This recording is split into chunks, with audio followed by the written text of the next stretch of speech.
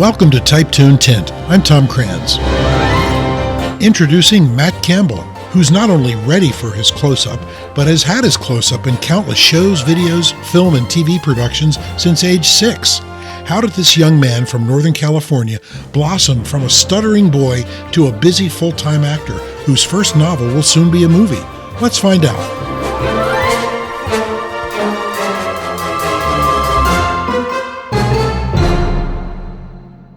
And I'm joined by Matthew Campbell, Matt, I'm not sure which one you prefer, but you'll tell me in a second, from your palatial estate in Los Angeles, California. 9 o'clock in the morning, I was afraid I got you out of bed, but evidently people who work for a living do get up early. So thanks for joining me at this early hour of the day. My pleasure, yes. Appreciate it. So we're here today on the occasion of Matty's first novel, but writing is not how he started in life. Matty is actually a working actor in Los Angeles / Hollywood. He's done a whole bunch of stuff, and I'm really curious what it was that drew you to writing, and we'll get to that. But let's start just with a little bit of background. So your website says that you've been acting since you were 6. What's that all about, and what did you do? So when I was 5, 6 years old, I had a pretty severe stuttering problem, like probably Joe Biden level. And my mom's friend ran this theater. So she was trying to get me to kind of come out of my shell. I was very withdrawn at that time because I was afraid if someone would talk to me, I would stutter and I would look foolish. So my mom's friend said, "Oh, just chuck him into theater and, just let him kind of learn and be with others, and he'll grow out of it." And that was kind of the start. My very first play, I was cast as Tiny Tim. I must have had 4 or 5 lines. I think I was 6.5 years old. And after the show, I was just like, I loved it. I want to do the next one. So that kind of the next one and the next one. And then before I knew it, by the time I was like 14, I'd done 33 plays. So wait a minute, this all started because you were a stutterer at age like 5 or whatever it was. Yeah, yes. And did you have any kind of formal either therapy or instruction about how not to stutter, or was it the acting that got you through it? I think it was kind of being comfortable. And in community theater, you get a lot of people who are dentists or doctors or whatever, and then on their spare time, they want to audition and be a part of this production. So you got a lot of encouragement. It wasn't like, "Oh, who's this kid? Why is he here? Like, well, he can't even talk." It was just like, you can do it.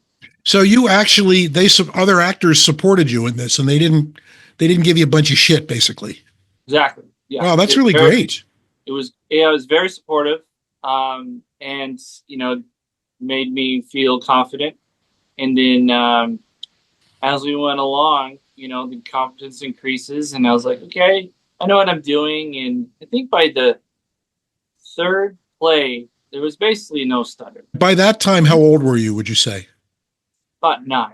Okay, so it took you basically, 4 years or so to grow out of the stutter or to leave it behind, however. 3-4 years, somewhere in that frame. Yeah. Oh, that's an amazing story. That's really awesome. And can I also assume that your parents were supportive at this point? I mean, sending a kid off into a life of acting, that's probably not an easy decision for a lot of parents. Well, they thought that it would be an experience to get me out of my shell. They did not think that this was going to be my profession. And it took some doing to...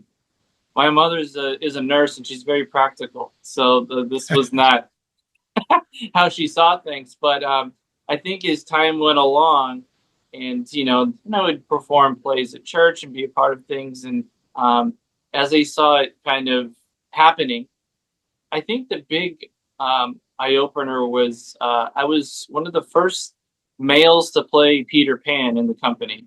Really? Normally they cast a little girl. This was in your community theater you're talking about? Yeah. Which community, by the way? It's in the Sacramento area. So you played Peter. That was like your breakthrough role, as it were, if you want to call it that? I mean, they had the wires, and they had the whole No shebang. kidding. And they was like, oh, he's perfect, because I was still pretty short then. Hmm. So and it's like, it's great, we can hire an actual boy to play Peter Pan. We don't have to get Susie or Shannon to do it. Which from the stage, it's, the voices haven't changed yet. There's still little Right. kids, so yeah. But it was really fun, and that was my first lead, and so that was like, at first I was like, "Oh, can I do this?"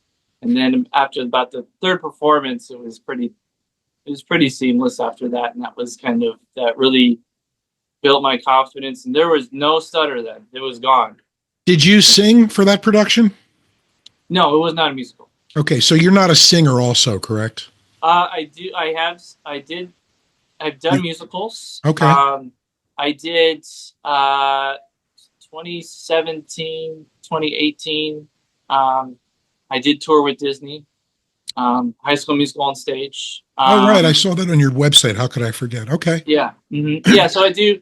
But when people ask me, because I auditioned for a fair amount of musicals, and I remember the Book of Mormon. They're like, "Oh, would you consider yourself an amazing singer?" I was like, "No, I consider myself like Disney level. I'm good. I can carry a tune. I can make the production look great, but don't confuse me with Jason Mraz." Well, honesty's good. I mean, I guess, Yeah, I mean, you don't, with a lot of musicals, you don't have to be absolutely amazing unless you are the true lead. sure. Yeah. Cool. All right. So I asked you this in email. You don't have a traditional day job. I mean, you're not waiting tables. You actually act for a living, correct? Yes, I've been really fortunate. I have had those jobs in the past, and I think even during the writer's strike, I was managing a restaurant, and so I'm not above like jumping in and doing that, but I really try as much as possible to be chasing the dream, chasing different jobs, and try and make it happen, because what I've found for myself and heard from other people is when you're at that bar job, it gets real comfortable. Or Hmm. you're at the office, it gets Really? real comfortable, because it's like, oh, well, I'm going to have my bills paid and more, and I don't have to worry about doing this and that and the other. And I was like, let me just, I'll get to it next month. I'll start submitting. I'll get new headshots. Well, that month becomes 6 months. That 6 months becomes a year. And then you've gotten you've kind of lost a little bit, because Yeah. I mean, acting. human nature sucks, man. Your human nature is always to do like the easiest and the least. Well, I'm talking about my own human nature, I guess, the easiest and the least. And I can certainly understand that. But you're not chasing the dream as much as you did. You're now kind of living the dream. I mean, I know you're probably auditioning, and one of Oh these yeah, days you'd like to collect an Oscar, I'm sure, or whatever. But, absolutely. working every day and making a living, that's the dream of how many thousands of actors out there, right? Sure. What do we got? 130,000 actors. I got the good fortune of being invited to the SAG Awards this past Sunday, Hmm. which was a really amazing experience. And you really saw the different types of classes in the industry and Hmm. in the union, right? He had like the guy who sat next to me, who was a real interesting comedian. He looked like he could play Jack Black's brother. Huh. If anyone's interested, it's on my Instagram. It was a I lovely have a man. picture. I have the posed picture of you. You look great. Oh, thank you, thank you. Yeah, yeah, Uh, yeah. and then you see you had these guys who, like, he was in men's fashion and he dabbles in acting here and there, and then you walk over down the way and there's Timothy Chalamet. You know what I mean? Mm. So it's just like you have all these this whole collective where you have the big A-list stars, the working actors, people who haven't worked, and we're all supported by each other, which is great. So it Yeah, was very interesting and really great thing, I think. that's awesome. So since you were six, of course, you started out doing theater, but now at the ripe old age of 30, you're old enough. I have kids your age, by the way. Won't go there. That's another podcast. But now that you're 30, you've done a ton of commercials. You've done music videos. Looks like you've had parts in movies, TV shows. What is your favorite thing that you've done, or the favorite kinds of things that you do? Series. There's a lot of really beautifully shot web series coming out right now. They're going to be extremely popular, Hmm. especially in the short form shows, because a lot of we're at a bit of a lull with television right now, and a lot of things are not as many things are being made this year. Hmm. We're hoping next year that's going to spill over. We're going to have a great year, but right now, so getting a lot of opportunities in these different web series, and I thought, like, surely I'll have a couple hours on set and I'll be able to kind of run through the lines, and and I'll get there. Um, I get I get there at 9 a.m. I'm in wardrobe at 9:30, and I'm having to run through these lines, and we're shooting at 10:15. Um, I never shy from a challenge, and I took it as such. If you, in your dream of dreams, when you're lying there in bed at 3 in the morning, staring at the ceiling, Mhm. wondering what your dream career goal is, what would that be? I would want to be one of the top actors in the industry and respected by all artists. So that would be that's one of the things I want. I just want to always be working. I love to act. Um, I guess it would be acting every day, and just being at the highest level possible. So you sound, that's exactly what, I don't, Gene Hackman just passed away, of course. I'm sure you know that. Yes, And yes. he was interviewed. They keep showing this soundbite from an interview he did years ago with Larry King. And Larry King, he told Larry King, I never wanted to be a movie star. I never wanted to be a star. I just love acting. I like acting on the stage. I like acting, period. And that's all I ever wanted to do. And it sounds like that's a good goal. Yeah, I also saw a quick interview with, I surf freaking the web because I hate watching TV now. And there's a little interview that Scarlett Johansson did with somebody who she met on a plane, another actor. And he asked her, do you want to be a movie star or do you want to be an actor? And she was young at the time. So I think she kind of equated the two. And the guy kind of said, why don't you strive to be an actor and then anything else will come after that? That sounds like really great advice. That sounds like maybe the track you're kind of on as well. yeah. I mean, of course, it's hard not to be A dreamer. influenced by Oh, everything. You're just onslaught of media now, of where it's like, course. you know you have all these different outlets. So it's like, of course, and you see these guys, you're like, I want to be there one day. And of course, yeah, I want to be at the A-list level, where, winning awards and being in contention, and really people enjoying your work. Of course, you want that. But I feel like if you are there in those, having those conversations where people are inviting you to, not just to check out the SAG Awards, but you're receiving an award or you're Yeah. getting nominated. All right, we are indeed going to talk about Sinister City. I have not been ignoring you. I just want to. I'm really fascinated with like the life that you and people like you lead. It's like and you, because I've interviewed other people here before who kind of were Yeah. part-time actors, but they've all had day jobs. Acting is your day job, which I love, and so that's going to lead us to questions about why you decided to sit down and write a book.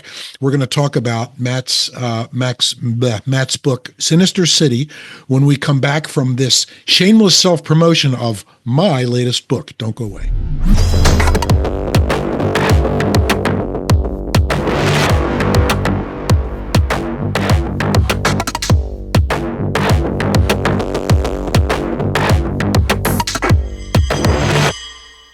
And we're back with Matt Campbell from Los Angeles, a working actor who a couple of years ago decided, I'm going to write a book now. Now, how come? So here's the book, Sinister City. It's been out for a couple of years. It's a novel.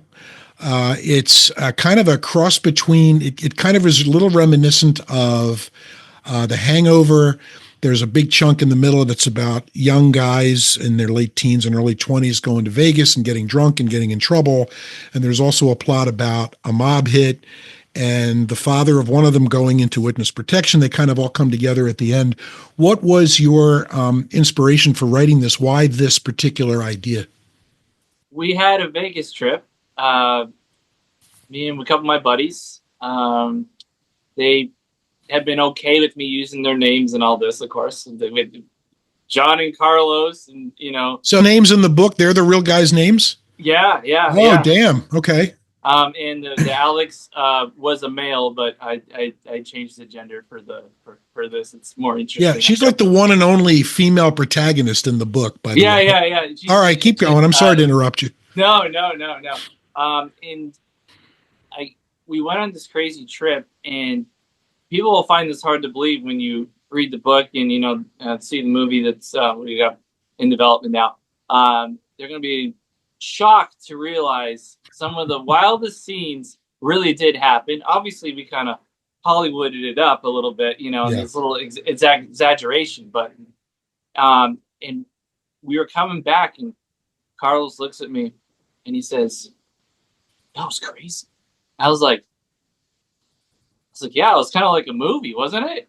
and just so much had gone on in 48 hours. And he goes, yeah, you should write it. And I was like, maybe I will.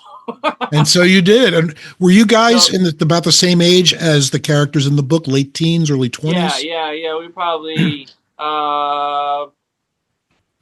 one or two of us, Mika was the one that was of age. Okay. But I think the rest of us were 19, 20. Okay, cool.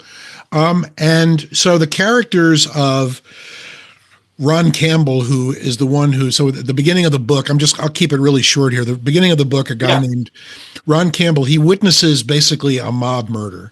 He goes into the witness protection program for 18 years because he basically rats out the guy who did the shooting, who ends up going to jail. Is he a real person also, or is that was what was made up to kind of facilitate the rest of the story? He is a combination of one of my acting directors from theater, my stepfather, and my dad molded together. All right. So the fact that the name is Campbell is not accidental, obviously. No. Okay. Ron's actually my stepfather's name. Gotcha. All right. but he's not a Campbell. But, and what did those people all think about being? Like your family and your friends? What did they think about the book? Were they cool with it? Were they pissed? No, they weren't. No one was upset. They thought it was amazing. Okay, that's great. They're like, dude, who would want to be a character in a Vegas action movie? That's awesome. They're like, so everyone was cool with it. Yeah, that's terrific. You wrote this book. How long did it take you to write it? I'll tell you the origin here. I wrote the screenplay first. The plan was, the dream of mine was to write the Vegas comedy I always wanted to see on screen and to read in print. That was always my thought. And I wanted to have a video game. I wanted to build this whole like really exciting world. And my friend came to me and he said, Ron Howard's got this like writing contest. You should enter the Vegas thing you've been writing. At the time, it was kind of like, I was like, is this good? Is this, what is it? And then I was like, I got lasered in and I was like, okay, I'm doing this. So I entered it and I made the finals. So I was like, oh, I guess it is good. Ron Howard thought it was out of the 2.5 million scripts. He thought this was all right. Cool. So then I was like, it didn't make it through to the end, obviously. I'm sure a lot of other lovely manuscripts made it through to get produced. Yeah, but you got the encouragement you needed to keep going, I guess. Oh, right? Yes. Yeah. And I finished it. We did a stage reading of the film and all this excitement, and then we had the pandemic. Yeah. So right. I got the awesome opportunity to go to Australia and act on stage, and I was, as a lot of us remember, we had that 14-day quarantine. I was locked in this hotel. The Australian Federal Army guy is outside the door. Yeah. You're not gonna leave. You're in there. And about the 5th day, because it's about we're talking, it's pretty severe jet lag. Talking like 19-hour time difference. Yeah. And so I was stumbling on the internet and I found this Quentin Tarantino video where he talks about how he loves to turn his scripts into books. And I looked over, kind of side-eyed my laptop, and I was like, crickets playing on the TV. I was just like, I can't watch any more cricket. I was like, Hmm. I think it's time to get to work. Let's see what happens. Let's turn this into a book. Let's see what happens. Let's So you see. started writing it while you were quarantining in Australia, basically. I wrote about 30%. Yeah. So what I started to do is I would set up a day for myself. So usually about 8 a.m. I get my English breakfast, and it's very British. Would arrive, they knock on the door, I'd pick it up, they close the door. I'd have my breakfast 8 a.m. and I would I do my workout, get up my they had like little bands and different things, and then 11 o'clock I'd shower it. I would write from 11 to 4:30 every day, Wow, really? That's discipline, man. and it was and it kept me very inspired and on track. Mm-hmm. I can see that. Sure. So it's like, sort of, I took it as, okay, this is my writing assignment. This is what I'm going to do every day. And I had a really awesome blueprint of the script that I had. The script at that stage, in its current stage, it's a 30-second draft. So it was already pretty tight. And I knew, like, this is something that I could do. I could push this into a book, I think, with this great blueprint that I've already had. You had a screenplay in your hand. How did it give us kind of a compressed version of how it becomes a movie, and how you peddle that around Hollywood? Did you know somebody? How did that happen? Basically trying to get in touch with the producers, seeing who you can get the script off, see who's in need of a comedy. It's about finding different platforms to promote yourself. There's a great platform called ISA, which is the International Screenwriters Association, where you can put up your scripts, put a pitch deck together. For those who don't know what a pitch deck is, it's basically like this layout of this. You're lining out how people are going to win their investment back, what it's about, what's your finance plan for them to recoup their money and things like that. And you put all that up there, and producers can view it. I've talked to a lot of different people, and obviously I can't tell too much about this at this stage, but Sure. yeah, we are working our way through things, and we've got some really good people reviewing the script, letting us know like what the next move is going to be. Cool.